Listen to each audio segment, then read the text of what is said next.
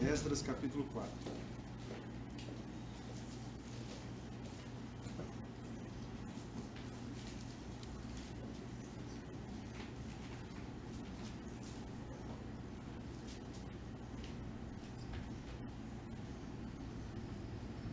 Ouvindo os adversários de Judá e Benjamim que os que voltaram do cativeiro edificavam o templo ao Senhor, Deus de Israel.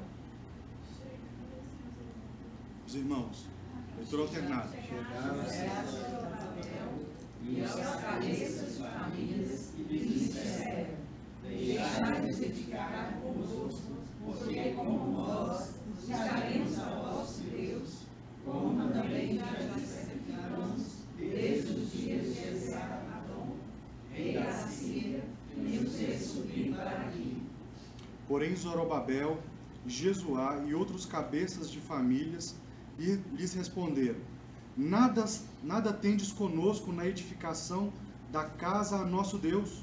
Nós mesmos, sozinhos, a edificaremos ao Senhor, Deus de Israel, como nos ordenou Ciro, rei da Pérsia.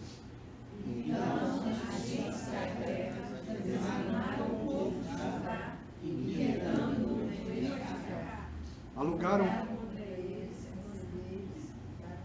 Alugaram contra eles conselheiros para frustrarem o seu plano, todos os dias de Ciro, rei da Pérsia, até o reinado de Dario, rei da Pérsia.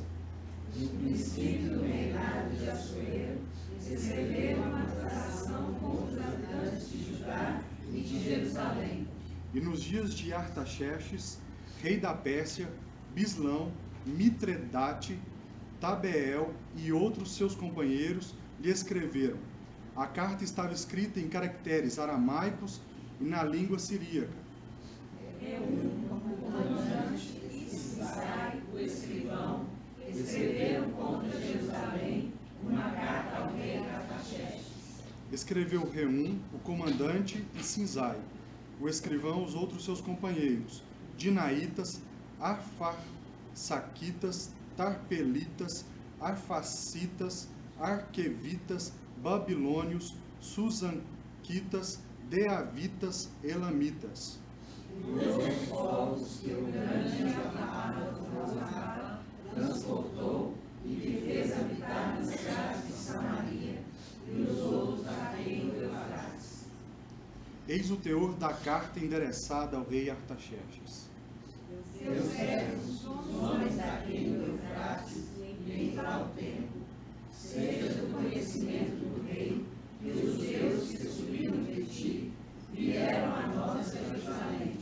Eles estão reedificando aquela rebelde cidade, e vão restaurando os seus muros e reparando os seus fundamentos.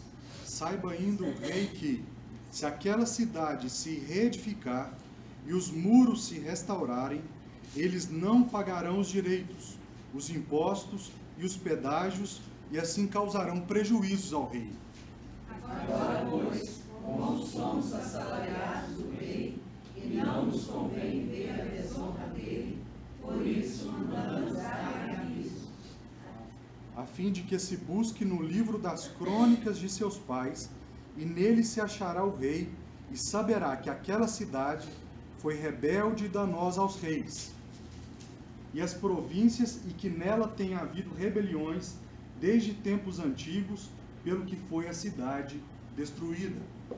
Nós, pois, fazemos notório ao rei que se aquela cidade se reedificar e os seus muros se restaurarem, sucederá que não terá posse das terras desoladas do Eufrates. Então respondeu o rei a Reum, o comandante, a Sinzai, o escrivão, e a seus companheiros que habitam em Samaria, como aos restantes que estão além do Eufrates: paz. A carta que nos enviastes foi distintamente lida na minha presença. Ordenando-o eu, buscaram e acharam que, desde tempos antigos, aquela cidade, Jerusalém, se levantou contra os reis, e nela se tem feito rebeliões e motins. Também houve reis poderosos sobre Jerusalém, que da além do Eufrates dominaram em todo lugar,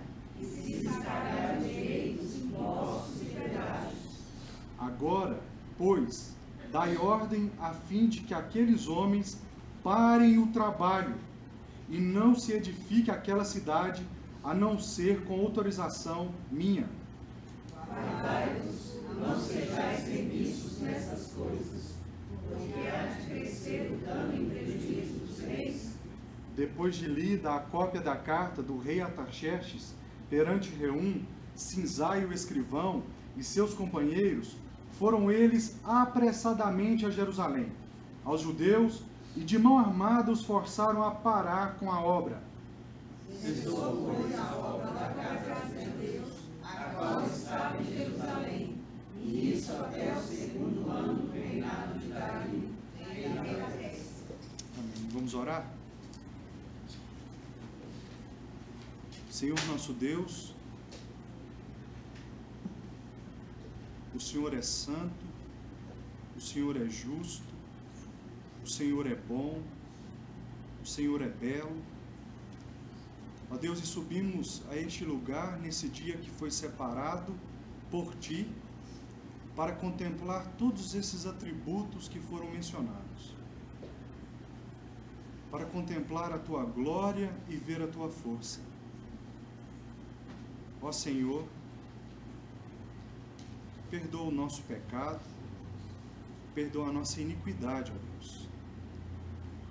Afasta de nós a nossa transgressão e lança a nossa transgressão, o nosso pecado, em terras longínquas, distantes, e que não haja mais menção das nossas iniquidades, ó Deus. Ó Deus, e nos conceda o Teu perdão pela multidão da Tua graça. Ó Senhor, humildemente nos colocamos diante do Senhor e perante a Tua palavra nesta manhã.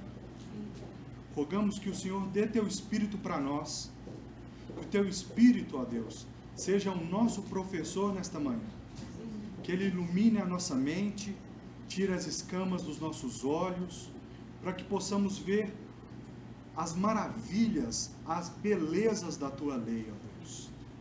Ó Deus, tira do nosso coração todo empecilho, todo pensamento ruim, toda má disposição em relação à Tua palavra. E que, na medida em que formos estudando a Tua palavra, que alegria e alegria e alegria seja acrescentada ao nosso coração, Deus.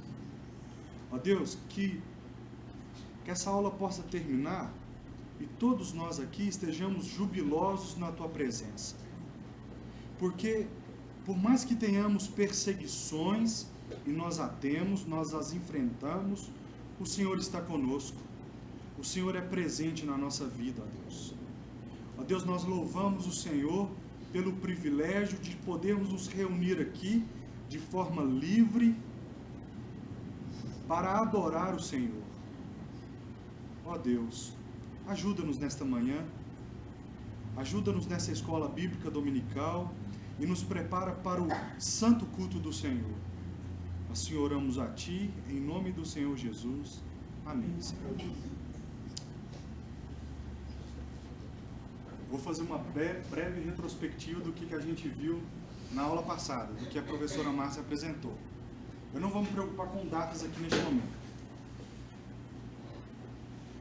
O livro de Esdras tem uma mensagem predominante. A mensagem é: Deus cumpre as suas promessas. Deus é fiel. Mas Deus é fiel não a você. Deus é fiel não a mim. Porque nós somos infiéis. Mas Deus é fiel porque Ele permanece fiel. Se a fidelidade de Deus fosse fundamentada na nossa infidelidade, a aliança de Deus para com o seu povo não existiria mais. Mas como a aliança de Deus, o pacto de Deus, a promessa de Deus é com o próprio Deus, Ele fez um pacto e o seu nome está em jogo, a sua honra está em jogo, Ele é fiel a Ele mesmo. Então o livro de Esdras é o cumprimento das promessas de Deus, que Deus tinha feito através do profeta Isaías, através do profeta Jeremias, de que Deus restauraria o seu povo após o cativeiro babilônico. E o livro de Esdras começa aonde o livro de Crônicas termina. Começa com a volta do povo ao reino de Judá, ao reino do sul. No capítulo 1, nós temos o decreto do rei Ciro, permitindo que o povo voltasse à sua terra. No capítulo 2, nós temos elencados quem voltou para a terra, as famílias e os filhos que voltaram para a terra. No capítulo 3, nós temos a restauração aqui do altar. Havia uma preocupação eminente para que o altar fosse restaurado, para que o sacrifício fosse feito novamente. E os fundamentos do templo também foram lançados. Agora percebam, o altar foi restaurado, mas os fundamentos do templo também foram lançados. O templo não foi reconstruído ainda. E o povo olha para aqueles fundamentos e há um misto no coração do povo. Um sentimento misto. Um sentimento de alegria, porque o altar foi restaurado, os fundamentos do templo foram restaurados, mas também um sentimento de tristeza, se a gente pode dizer assim. Porque a glória daquele templo que estava sendo lançada era menor do que o do primeiro. Aí nós chegamos no capítulo 4 de Esdras.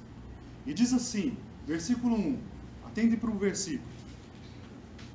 Ouvindo os adversários de Judá e Benjamim, que os que voltaram do cativeiro edificavam o templo ao Senhor, Deus de Israel. Você que leu a revista durante a semana, eu vou fazer uma pergunta. Quem são esses adversários? Por que Esdras é tão peremptório, é tão taxativo, é tão certeiro, é tão duro em dizer assim, que essas pessoas são adversários? Porque a gente olha para o versículo 2 e versículo 3, olhem para o versículo 2 e versículo 3 de Esdras. Chegaram-se a Zorobabel. Zorobabel era o governante da terra nessa época, e aos cabeças de famílias e disseram: deixa-nos edificar convosco, porque como vós buscaremos a vosso Deus, como também já lhes sacrificamos, desde os dias de Esar-Adom, rei da Síria, que nos fez subir aqui. O que esse povo queria? Segundo o texto, do versículo 2. Converter ao Deus de Israel. Quer dizer, se você olhasse lá de fora, claro que não era. Eles não queriam. Eles eram gentios, mas eles queriam simular, né?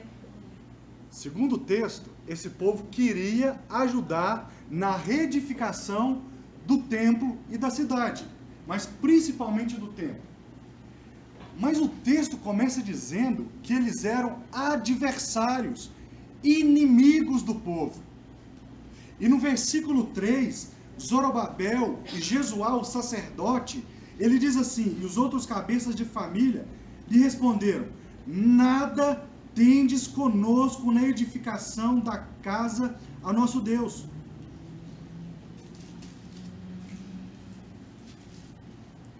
Nós mesmos sozinhos a edificaremos ao Senhor, Deus de Israel, como nos ordenou Ciro, rei da Pérsia. A gente pensa assim, por que Zorobabel, por que Jesuá, por que os cabeças das famílias, os patriarcas, chamaram esse povo de adversário através da pena do profeta Esdras e não quis a ajuda desse povo? Para responder essa pergunta, nós temos que identificar quem esse povo é. A pergunta que se coloca sobre a mesa nessa manhã é: quem é esse povo? Samaritanos. E como que você sabe disso, Jó? Vamos em 2 Reis 17.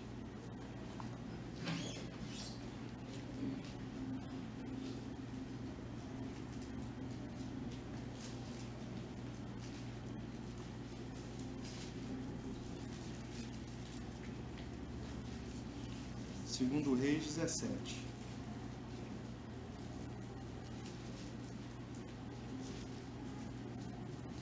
Agora, deixe-me dizer algo aqui. O Reino do Norte, ele foi dizimado primeiro do que o Reino do Sul.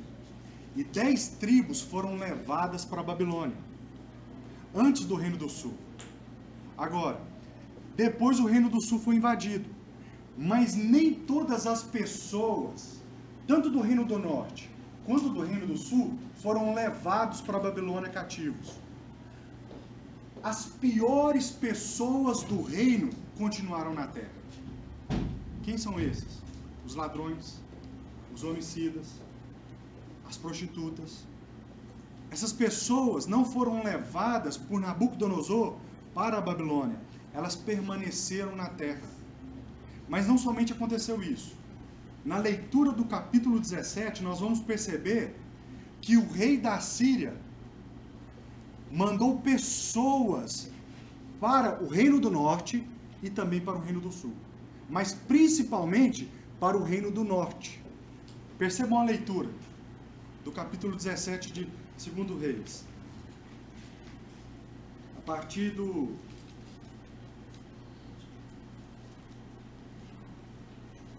abrir primeiro, se você...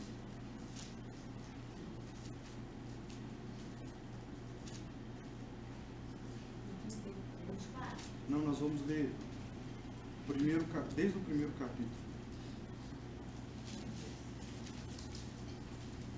Desde o primeiro versículo. Ah, não, do capítulo 24, isso.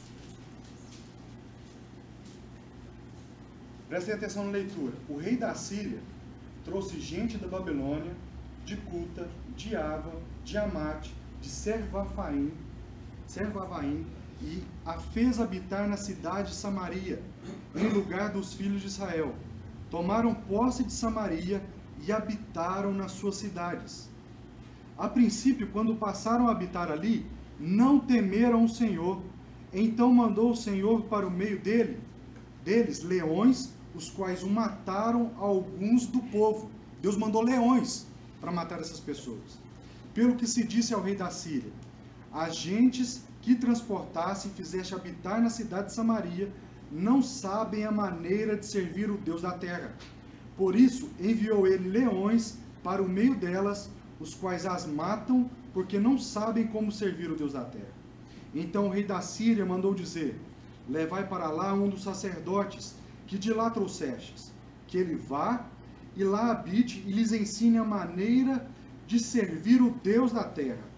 Foi, pois, um dos sacerdotes que haviam levado de Samaria e habitou em Betel, e lhes ensinava como deviam temer o Senhor. Porém, cada nação fez ainda aos seus próprios deuses nas cidades em que habitava, e os puseram nos santuários dos altos que os samaritanos tinham feito. Os de Babilônia fizeram Sucote-Benote, os de Cutá fizeram Nergal, os de Ramate fizeram Azima, os aveus fizeram Nisbás e Tartaque, e os servavitas queimavam seus filhos a Adrameleque e a Anameleque, deuses de Serfavaim, mas temiam também ao Senhor. Agora prestem atenção, esses povos faziam tudo isso, mas temiam também ao Senhor.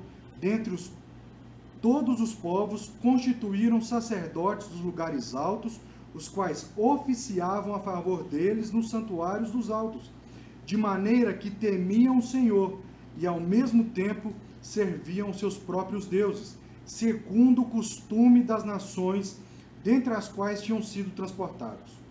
Até ao dia de hoje fazem segundo os antigos costumes, não temem o Senhor, não fazem segundo os seus estatutos de juízos, nem segundo a lei e o mandamento que o Senhor prescreveu aos filhos de Jacó, a quem deu o nome de Israel.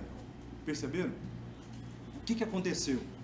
Esse povo foi enviado à região de Samaria, e esse povo não sabia como cultuar a Yahvé, como cultuar ao Senhor. E um sacerdote foi enviado a essa terra para ensinar esse povo a como cultuar o Senhor. E o que aconteceu? Esse povo não abandonou os seus falsos deuses. Não abandonou os deuses das suas pátrias, das suas nações. Antes, eles fizeram um culto sincrético, um culto misto. Esse é o problema aqui. Agora voltemos a Esdras capítulo 4.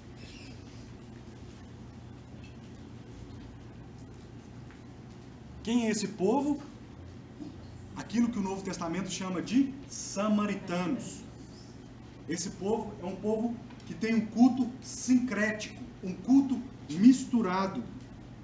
Mas eles viram para Zorobabel e dizem assim: deixe-nos ajudar. Deixe-nos ajudar na reconstrução do templo. Nós fazemos isso há tanto tempo. Nós somos irmãos de vocês. Nós acreditamos no mesmo Deus. Mas não é assim. A questão aqui, meus irmãos, é que Zorobabel e Jesuá e os patriarcas rejeitam o culto misto a Deus. Lembram que na primeira aula a gente destacou que um dos principais motivos para que o povo fosse escravizado é o casamento misto. E também o culto misto, a idolatria. De novo, essa questão se apresenta em Esdras. A questão do culto misto. Mas pensem comigo. Esse povo que tinha subido da Babilônia para o Reino do Sul, eles tinham poucas posses. Eles eram um povo pequeno. Eles não tinham um exército. Humanamente falando, é incompreensível nós não aceitarmos uma ajuda dessa. Quê? Mão de obra grátis? A gente é um povo pequeno, a gente nem vai ter que pagar por essas pessoas para trabalharem para nós, para trabalharem junto conosco. Mas eles são taxativos. Eles são até mesmo radicais. Nessa obra de reconstrução do templo, vocês não têm nada a ver conosco. E a grande lição que a gente tira aqui é como que nós somos diferentes de Zorobabel e Jesuá. Como que nós somos diferentes desse povo que está reconstruindo o templo. Porque nós somos muito inclusivos. Nós somos, na verdade, muitas vezes, entre aspas, ecumênicos. E o que é ecumenismo?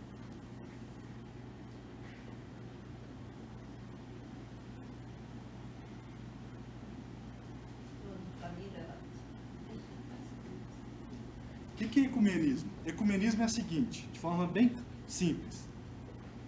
Quando grupos diversos se unem e abandonam a verdade. Nós não estamos interessados na verdade, mas nós estamos interessados no amor.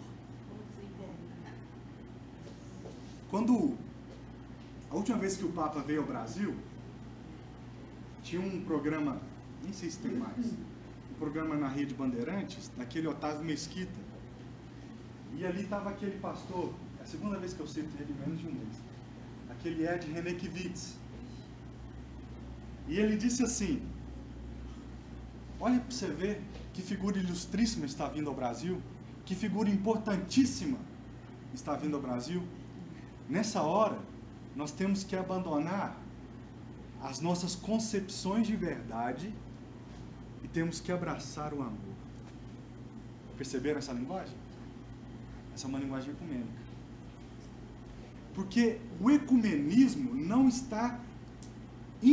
ele não se importa com a verdade. Para o ecumenismo, a doutrina divide. O dogmatismo, ser dogmático, racha a igreja. Já perceberam quanto que a nossa sociedade tem problema com pessoas que afirmam acreditar na verdade?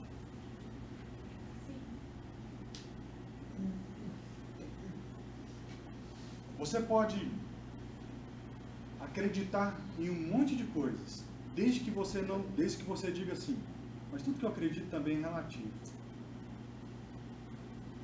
Agora, se você diz assim, eu acredito nisto, e isto para mim é a verdade, e daqui eu não arreto, você tem um problema. E a maior força de perseguição no nosso mundo, no nosso tempo, é a conversão. Basta você se converter e você vai arranjar vários inimigos. Foi assim com Moisés. Lembram-se da história de Moisés? A família de Moisés, a nação que o criou virou-se contra ele. Foi assim com Paulo. Aquele que era perseguidor da igreja, agora se torna perseguido por causa da igreja. Os companheiros de Paulo ficavam às portas da cidade na espera de matá-lo. Pense no dia da sua conversão. Pense na sua história de cristianismo. Talvez você tenha 1 mês, 6 meses, 1 ano, 3 anos, 10 anos de cristianismo. Talvez você nasceu na igreja. Mas em algum grau você percebe esse tipo de perseguição na sua vida. Segundo a revista, 80% da perseguição religiosa que acontece no mundo é a perseguição aos cristãos. 80%. Por quê? Porque os cristãos afirmam uma verdade fixa, uma verdade que não pode ser relativa. Eles afirmam crer na Escritura, e a Escritura é a sua regra de fé e prática. A nossa sociedade não tem problema com verdades relativas, ela tem problema com verdades absolutas. Aí a pessoa diz assim, esse cara ou essa mulher acha que é dono da verdade. Já ouviram isso? Ele quer ser professor de Deus, porque ele afirma a verdade com tanta veemência, que ele é orgulhoso. Quem afirma a verdade com veemência, com coração, com alma, é taxado de orgulhoso. Podem perceber isso. Você não tem amor. O seu propósito é somente ganhar um argumento. Eu sei que isso pode acontecer. Muitas vezes, nós temos evangelizado, entre aspas, as pessoas, não porque amamos as pessoas, mas porque nós queremos ganhar o argumento. Nós queremos mostrar para a pessoa que a religião dela é de segunda classe e que a nossa é de primeira. Porque nós não evangelizamos com lágrimas nos olhos. Nós evangelizamos somente para mostrar que a nossa fé, que a nossa cosmovisão, que a nossa visão de mundo é mais consistente do que a daquela pessoa. Nós não estamos nos importando com aquela pessoa. Essa é a grande verdade. E esse é um problema. Mas, por outro lado, as pessoas que olham para nós, afirmando a verdade, têm antipatia de nós. Porque isso é uma certeza absoluta. Quando você se converte, você tem um inimigo certeiro, Satanás. Satanás se torna o seu inimigo. O mundo se torna o seu inimigo. Os ímpios se tornam os seus inimigos. Só um exemplo. Quando Deus me salvou, não quero que vocês pensem mal dessa pessoa. Eu a amo muito. Mas a minha mãe é ímpia. A minha mãe não sabe o que acredita. Ela acredita em várias coisas e não acredita em nada. Quem que acredita em muita coisa não acredita em nada. E ela olhava para mim e dizia assim, eu amo a minha mãe, viu, gente? Ela dizia assim, crentinho. É desse jeito. Talvez nós não sofremos perseguições ao nível físico, de termos os nossos corpos abatidos, maltratados, Mas nós sofremos perseguição hoje em certo nível, no nível psicológico, no nível social. Todos nós experimentamos esse tipo de coisa. Mas o que nós fazemos? Para não sofrer esse tipo de perseguição, nós somos ecumênicos. Nós achamos que católicos são salvos. Nós dizemos assim, eles acreditam em Jesus.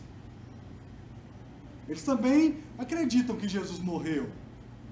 Eles também têm a mesma Bíblia que nós. Nós achamos que neopentecostais são salvos. Nós achamos que arminianos, perceba o que eu vou dizer, convictos, coerentes intelectualmente, que levam o seu argumento até o final, são salvos. Se uma pessoa não afirma a seguinte declaração: sem Deus eu nada posso fazer, essa pessoa nunca creu no Evangelho. É outro Evangelho que ela acredita. É isso que Paulo vai dizer aos Gálatas. Mas nós fazemos isso. Nós suprimimos a verdade, nós abafamos a verdade, nós colocamos a verdade debaixo do tapete para conviver bem com as pessoas. Na família, no trabalho, na escola. Não seria um ganho de mão de obra muito grande nesse caso aqui? Mas o que essas pessoas preferem? Elas preferem honrar a Deus do que temer os homens. Elas preferem temer a Deus do que temer os homens. Elas preferem o sorriso de Deus do que a carranca dos homens. Você tem feito isso? Ou você negocia a verdade para que você tenha o sorriso dos homens? Você negocia a verdade para que os homens dêem um tapinha nas suas costas? Leonardo Ravenhill uma vez disse assim: no céu eu quero que o meu nome não seja lembrado, no céu nem na terra, que ninguém lembre o meu nome. Ele disse assim, que no céu o meu nome seja amado, que na terra ninguém lembre o meu nome, mas que no inferno o meu nome seja odiado. É isso. Essa é a questão. Agora, nós já percebemos quem são essas pessoas e o que isso poderia causar a elas. Agora eu vou dar a palavra à minha irmã, que ela levantou a mão. Não, a questão da verdade, se ela é relativa, ela é relativa a quê? Uma coisa que é relativa tem que ser relativa em relação a alguma coisa. Uhum. A verdade é relativa a quê? E aí, por exemplo, a gente vê muito nas redes sociais, né, que assim, às vezes eu me seguro. Porque talvez eu queira entrar em debate, então um pouco de covardia, mas a gente sempre vê aquela questão, por exemplo, assim, 6 desenhada entre 2 bonequinhos, aí um apontando um lado, outro apontando o outro, e todo mundo fala assim, normalmente a frase é assim, respeite a opinião do outro. Eu tenho vontade de comentar e colocar assim, quem desenhou? É isso mesmo. Porque não é 6 ou 9, não depende do ponto de vista, depende de quem desenhou. Aí não sei se eu vou ofender demais, eu não coloco, mas eu já vi várias vezes assim, o povo sai curtindo, sai mandando de volta, né? Aquele negócio assim, com os 2 bonequinhos, falando assim, depende da visão de cada um. Não, não depende da visão de cada um. Existe uma verdade. Vou dar um exemplo aqui que eu lembrei. Os advogados podem me corrigir. Nosso direito é baseado basicamente em um livro, Teoria Pura do Direito, de Hans Kelsen. E Hans Kelsen afirma algo muito interessante. Ele diz que existe uma lei que é supraconstitucional, uma norma normas. O que é uma norma normas? É uma norma que rege todas as coisas. Mas essa lei supraconstitucional, que controla a nossa Constituição, ela é uma ficção jurídica. Por que disso? Porque essa lei não existe de forma positiva. Ela não existe de forma eterna.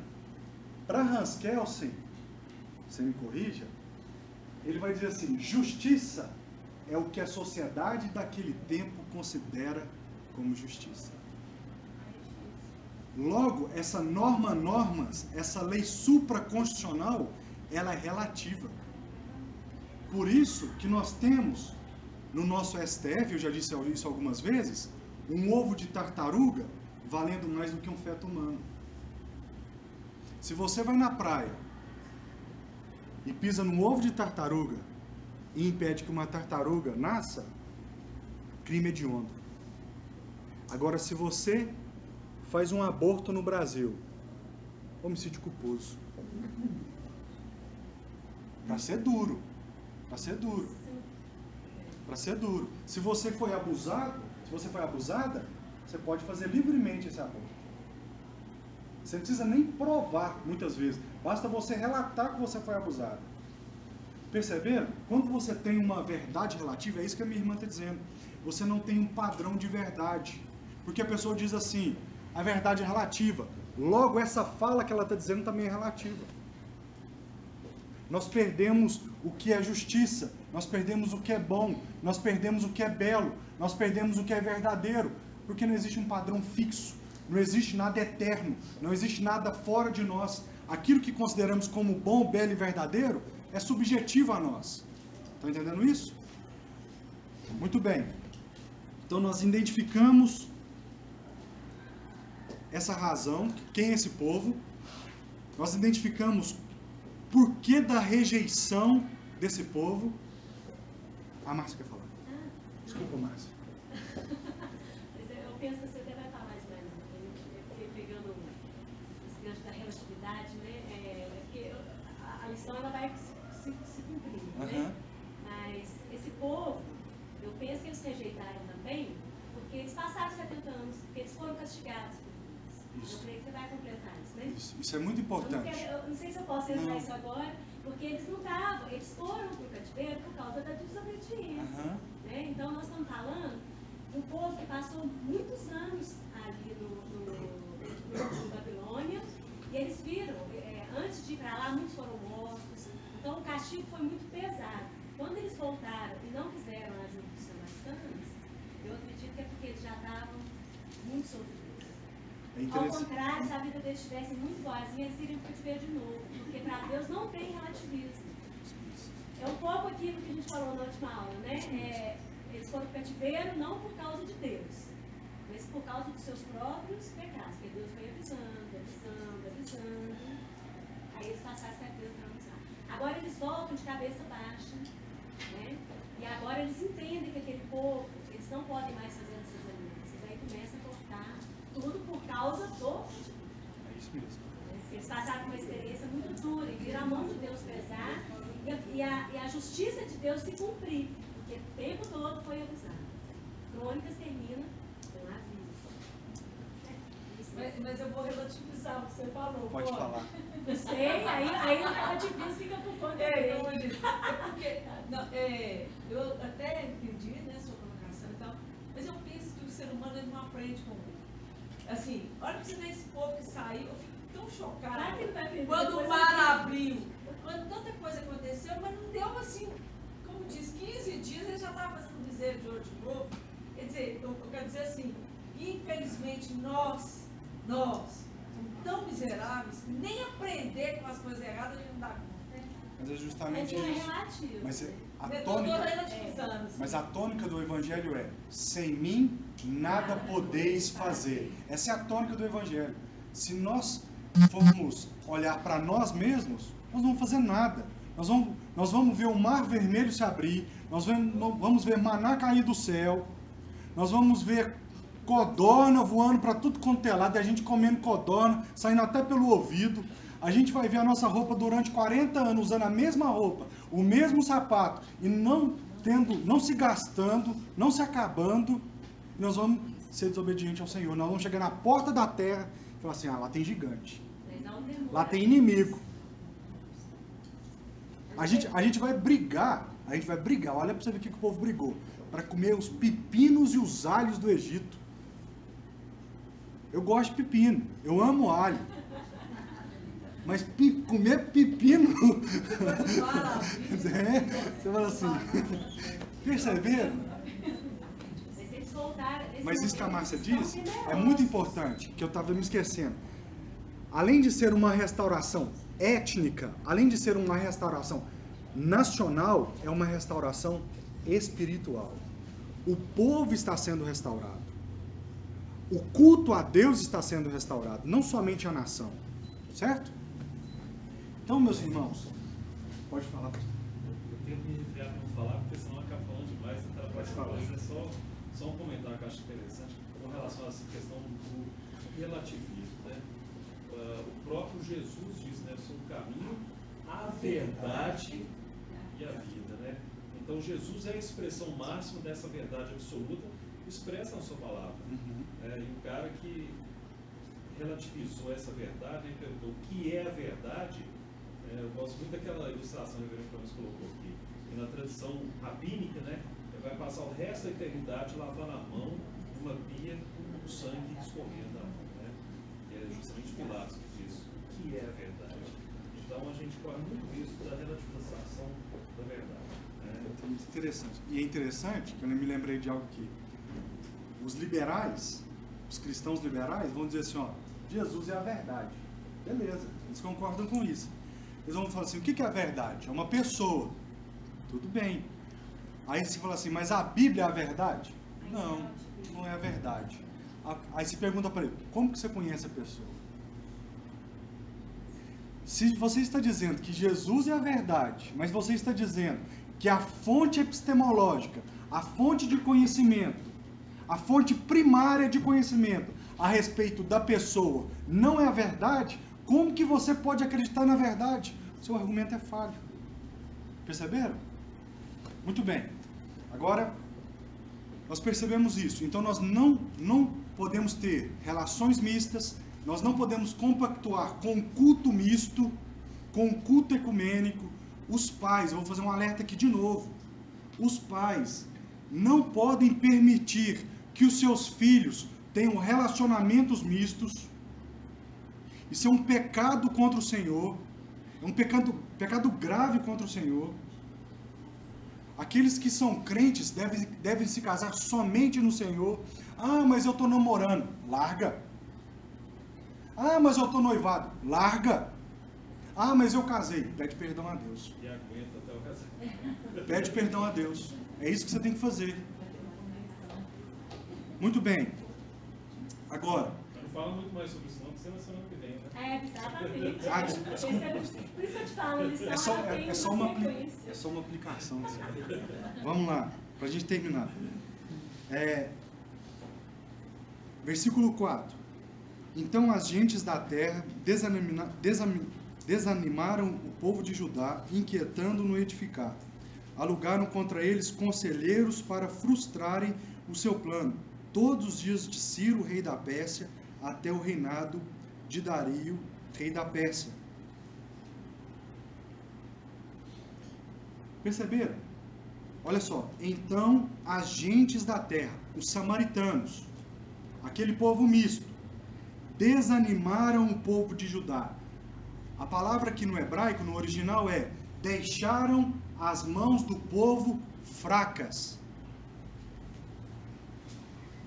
inquietando no edificar. O que é uma inquietação?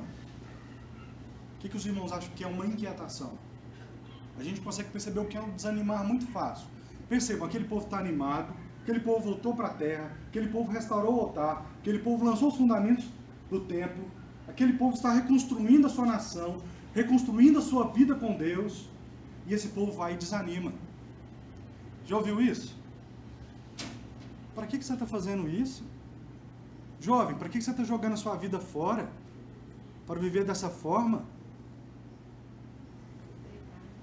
Agora esse povo não somente desanimou os judeus, mas eles inquietaram o coração dos judeus. De que forma? O que é uma inquietação? Medo, temor. Aquele povo colocou medo, temor no coração daquele povo. De que forma? Eles disseram assim, inquietando no edificar, alugaram contra eles conselheiros para frustrarem o seu plano. Todos os dias de Ciro, rei da Pérsia, até o reinado de Dario, rei da Pérsia. Eles alugaram conselheiros. O que significa isso? Eles fizeram um lobby. Eles subornaram os conselheiros do rei. E a Bíblia diz aqui, todos os dias, de Ciro até Dario. Sabe quanto tempo dá isso? Durante 20 anos. Durante 20 anos, os samaritanos inquietaram, colocaram medo, colocaram temor, desanimaram o povo na reconstrução da sua nação e da sua vida espiritual. Eles fizeram lobby político para que aquele povo fosse perseguido. E não é isso que a gente vê hoje? Não é isso que a gente vê nas esferas mais altas do nosso governo? Lobby contra a fé cristã. Meu irmão, você pode ser tudo. Você não pode ser, só um modo de dizer, né? Você pode ser espírita, você pode ser kardecista, você pode ser da Umbanda, você pode ser ateu. Não há problema. Você pode ser homossexual, você pode ser qualquer coisa, qualquer bicho estranho que você quiser. Mas se você for cristão... Verdadeiro. Mas isso é interessante, verdadeiro. Só o Por quê? verdadeiro, Porque Jesus diz assim, ó, se perseguiram a mim, perseguirão a vós. A marca do verdadeiro cristão é a perseguição. É isso que Jesus está dizendo. O mundo odiou a mim, não esperem que o mundo vai amar vocês. O mundo vai odiar vocês. Mas tem de bom ânimo. Eu venci o mundo. É isso que ele diz. Nós temos hoje um mundo repleto de perseguição contra os cristãos. Seja a família tradicional, que é também tem sua base cristã, a educação, os princípios. Pense na história da igreja. Roma perseguia os cristãos, mas não porque os cristãos eram os piores cidadãos do império. Justino Marte vai dizer, escrevendo ao imperador, dizendo assim: os cristãos, imperador, são os melhores cidadãos do império. São os melhores empregados, são os melhores patrões, são os melhores escravos, são os melhores soldados, são os melhores profissionais, são os melhores pais, são os melhores filhos. Por que você está perseguindo esse povo? Por quê? Isso acontece hoje. E em algum grau, a gente percebe a tensão aumentar. Quem acompanha mais o cenário político percebe a tensão aumentar contra a fé cristã. Os irmãos sabiam que na Câmara dos Deputados há um projeto de lei para que a Sharia, os irmãos sabem o que é a Sharia? A Sharia é a lei penal e civil do Alcorão. Para que a Sharia seja a lei civil e a lei penal do Brasil, os irmãos sabiam disso? Pensem nisso. Então nós vemos a perseguição aumentar de todas as formas. Todas as formas. Mas que forma que essa perseguição ocorreu? Através de lobby. Mas nós temos um exemplo que Esdras dá. Olha o versículo 12. Uma carta que foi endereçada ao rei Artaxerxes. Versículo 11 diz assim: eis o teor da carta endereçada ao rei Artaxerxes. Teus servos, os homens da quinda Eufrates, e em tal tempo, seja do conhecimento do rei, que os judeus que subiram de ti vieram a nós a Jerusalém. Essa é uma acusação. Eles estão reedificando aquela rebelde e malvada cidade. Eles chamaram a cidade do Senhor de rebelde e malvada. Isso aqui é perseguição política. E vão restaurando os seus muros e reparando os seus fundamentos.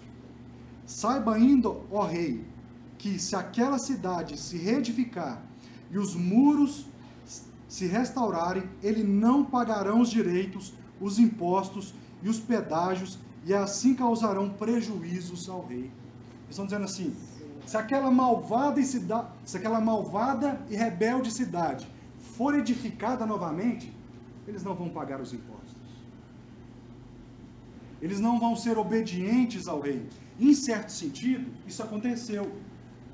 Porque quando o Reino do Sul foi novamente edificado, aquele povo se libertou. Mas a acusação aqui é contrária. Eles estão dizendo assim, eles vão se tornar desobedientes. Eles vão ser inadimplentes. Não é essa a acusação? Os cristãos são homofóbicos. Eles não respeitam as outras pessoas. Eles são perversos. Eles não permitem que eu faça aquilo que eu quiser com o meu corpo. Eles não têm amor. Se eu fiquei grávida e quero tirar essa é a palavra, aquela coisa de dentro de mim, o corpo é meu, eu faço o que eu quiser. Quem são eles para dizer que eu estou errada, que isso é pecado?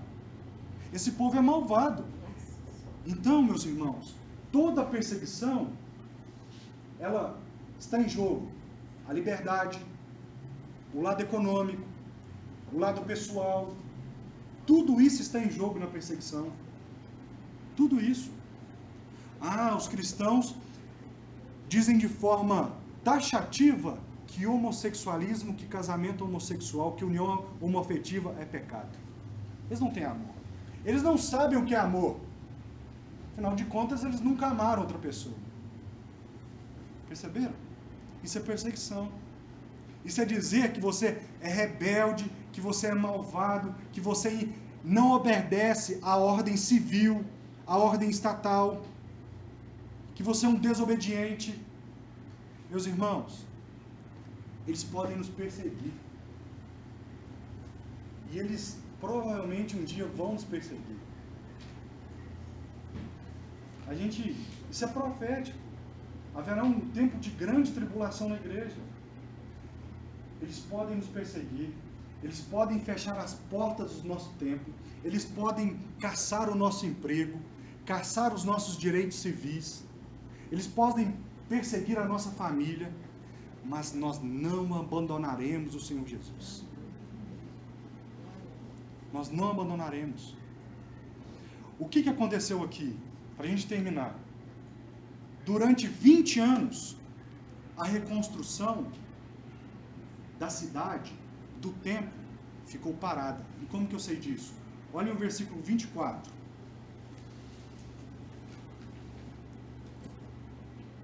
Do capítulo 4. Cessou, pois, a obra da casa de Deus, a qual estava em Jerusalém. E isso até o 2º ano do reinado de Dario, rei da Pérsia. Perceberam? O capítulo começou em Ciro e terminou em Dario. Isso aqui são aproximadamente 20 anos. Pode falar. Só para você não terminar, eu achei importante aqui, só para você dar uma explicadinha para nós, porque a hora que eles falam nessa cidade rebelde, tudo, no versículo 15, me chamou muita atenção até em casa. A fim de que busque o livro da crônica dos seus pais, e nele achará o rei, e saberá que aquela cidade foi rebelde da noite. Ele tinha uma prova contra aquele povo, porque do contrário o rei não daria isso por uma suposição. Então ele pediu que o rei olhasse justamente no livro deles, do povo de Israel. E lá eles encontraram o povo rebelde e desobediente. Aí que o rei fala, não, realmente eles têm razão. Então por isso eu vou, achei esse ponto importante. Mas o conceito aqui eu queria que você explicasse de rebelião no livro das crônicas, dos reis da Babilônia, não é desse livro nosso, é que Jerusalém, Judá, é um reino em oposição à Babilônia. Foi primeiro a Assíria e depois a Babilônia. Os irmãos lembram de Ezequias? Não é o nosso aqui? Esse aqui não. Eu queria que você explicasse. É um outro livro da época. É o livro das crônicas dos reis da Babilônia. Porque crônicas falam muito dessa luta do povo por causa da sua desobediência. Mas não é o nosso livro, não é os nossos livros. Só uma Pode falar. Realmente a tradução nossa ela é um pouco perigosa. Né? Você pega outras traduções, estou vendo aqui, por exemplo, em inglês, fala sobre o livro das anotações dos seus predecessores, falando com o rei. Então, tipo assim, realmente é uma tradução um pouco perigosa, porque quando você lê, você pensa que é um... Por isso que eu te cutuquei, porque eu falei assim, porque quando a gente quer ler, vai ler, aí dá a interpretação que dá, é que é o livro anterior, que é o livro das crônicas anteriores. E era um hábito comum, né? Todos os reinados teve os seus livros de crônicas. É até interessante, né? Quando vê lá no caso, deixa eu ver, não vou adiantar. Pode falar. Pode falar. Não, eu ia falar sobre um caso em que o livro foi consultado e depois serviu até para um benefício da população de Israel. Mas você deixa para depois, não fica adiantando a história. Mas os irmãos lembram, acho que é Isaías 38, eu acho, a partir de 35 a 40, sobre um representante, um comandante da Síria, do reino da Síria, contra Judá. E Ezequias era o rei. E esse comandante, ele começa a dizer ao povo, nós vamos invadir. Ele começa a dizer aos governantes que estão nas muralhas, nós vamos invadir essa cidade. Nós vamos derrubar essa cidade, se vocês não se submeterem ao rei da Síria. Aí Ezequias diz assim, não fala na língua do povo. Não fala, essa é a palavra, não fala em judaico. Mas fala em uma língua que só eu e você entenda. Por quê? O que ele estava tentando é intimidar, colocar medo no povo. É isso que aconteceu aqui. Todo o povo ficou intimidado e a obra cessou durante 20 anos. O que eu quero dizer aqui, para a gente terminar, é o seguinte: a obra de Deus, a restauração na nossa vida, ela pode cessar de forma parcial, mas não definitiva. Por que eu sei disso? Olhem para o versículo 24, de novo. Cessou, pois, a obra da casa de Deus, a qual estava em Jerusalém. Você fala assim, ó, acabou. Cessou. Acabou. Aí você acaba de ler o versículo. E isso até ao 2º ano do rei Dario, rei da Pérsia. Depois de 20 anos, a obra foi retomada. Aí nós temos capítulo 5, capítulo 6, capítulo 7, capítulo 8, nós temos o restante do livro de Esdras, Neemias e Ageu, mostrando que a obra continuou. Então é isso, meus irmãos. Eles podem nos impedir durante um tempo. Eles podem vir aqui amanhã, o Estado, vamos imaginar, eu não estou... eu não estou...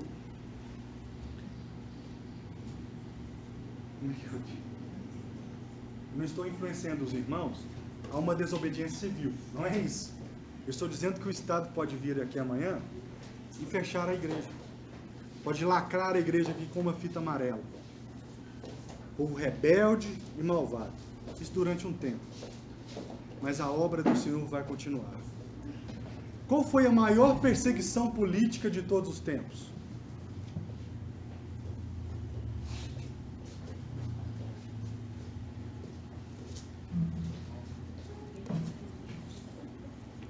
Será que foi a época da Reforma? Eu me lembrei da história aqui de Lutero. Quando Lutero estava para ir para a dieta de Worms, a dieta onde que os seus livros, as suas teses seriam debatidas, os seus amigos chegaram para ele e falaram assim, Lutero, você vai morrer. Você vai estar diante desses líderes da igreja e eles vão te matar. Aí Lutero diz assim, do jeitão do Lutero, nem que cada telha daquela casa fosse um demônio, eu não deixaria de ir. Agora, qual foi a maior perseguição de toda a história? Fariseus, romanos, tramaram contra ele. O crucificaram. Você pensa assim, acabou. O poder político venceu. As autoridades judaicas, o poder religioso e o poder político de Roma mataram aquele que dizia ser o Messias. Acabou. mas ao terceiro dia, ele ressuscitou. Deus, meus irmãos, não nos prometeu que nós vamos passar ilesos nessa vida. Talvez nós perdemos o nosso emprego, talvez nós vamos perder a nossa família, talvez nós vamos perder a nossa credibilidade diante da sociedade, o nosso nome. Talvez nós seremos achincalhados, xingados, maltratados, mas Deus estará conosco.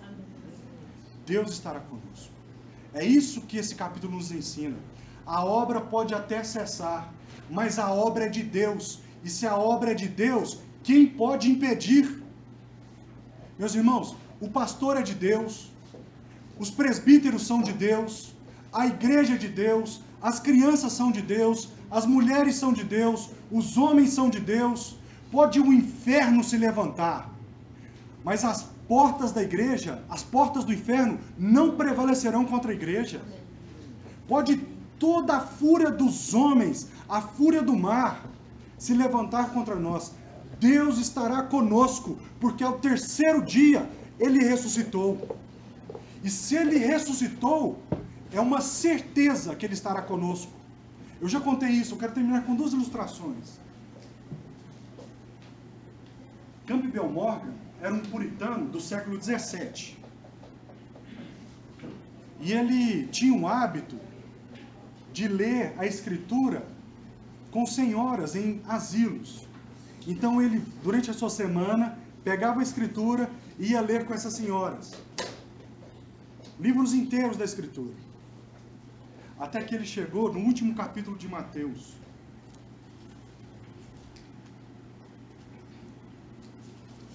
Ele chegou em Mateus 28.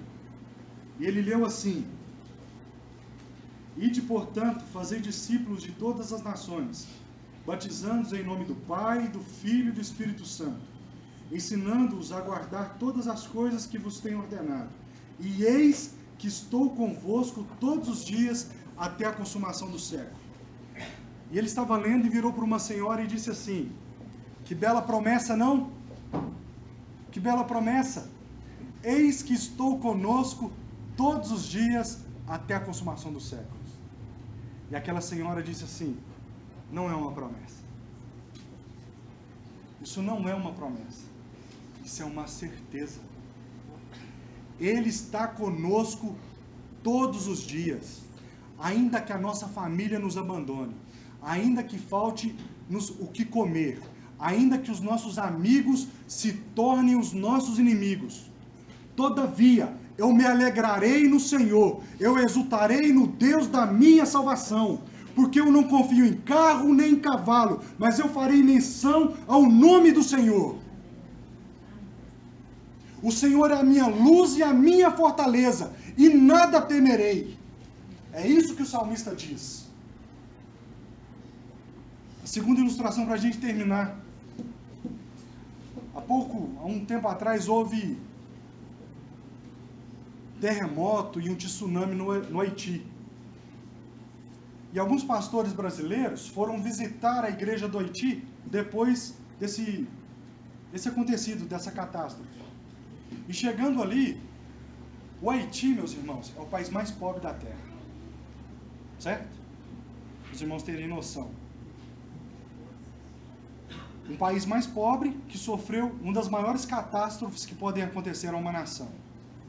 Aqueles pastores chegaram ali. E visitando aquela cidade, eles viram uma igreja que tinha parte da igreja ainda de pé. Uma parede que formava um L. E ali tinha um púlpito e aquela igreja de forma humilde se reunia. Até que um pastor começou a andar pelas ruas de uma cidade. Devastação para todo lado, casas destruídas, o povo passando fome, não tendo necessidades básicas, não tendo água. Até que ele ouve uma senhora negra, cantando em crioulo. Crioulo é um dos dialetos do Haiti, que cantava assim: Porque Ele vive, posso crer no amanhã. Porque Ele vive, temor não há. Pensem nisso. Aquela senhora não tinha nada. Nada. Mas ela tinha uma certeza. Porque Ele vive, eu posso crer no amanhã. Que Deus os abençoe.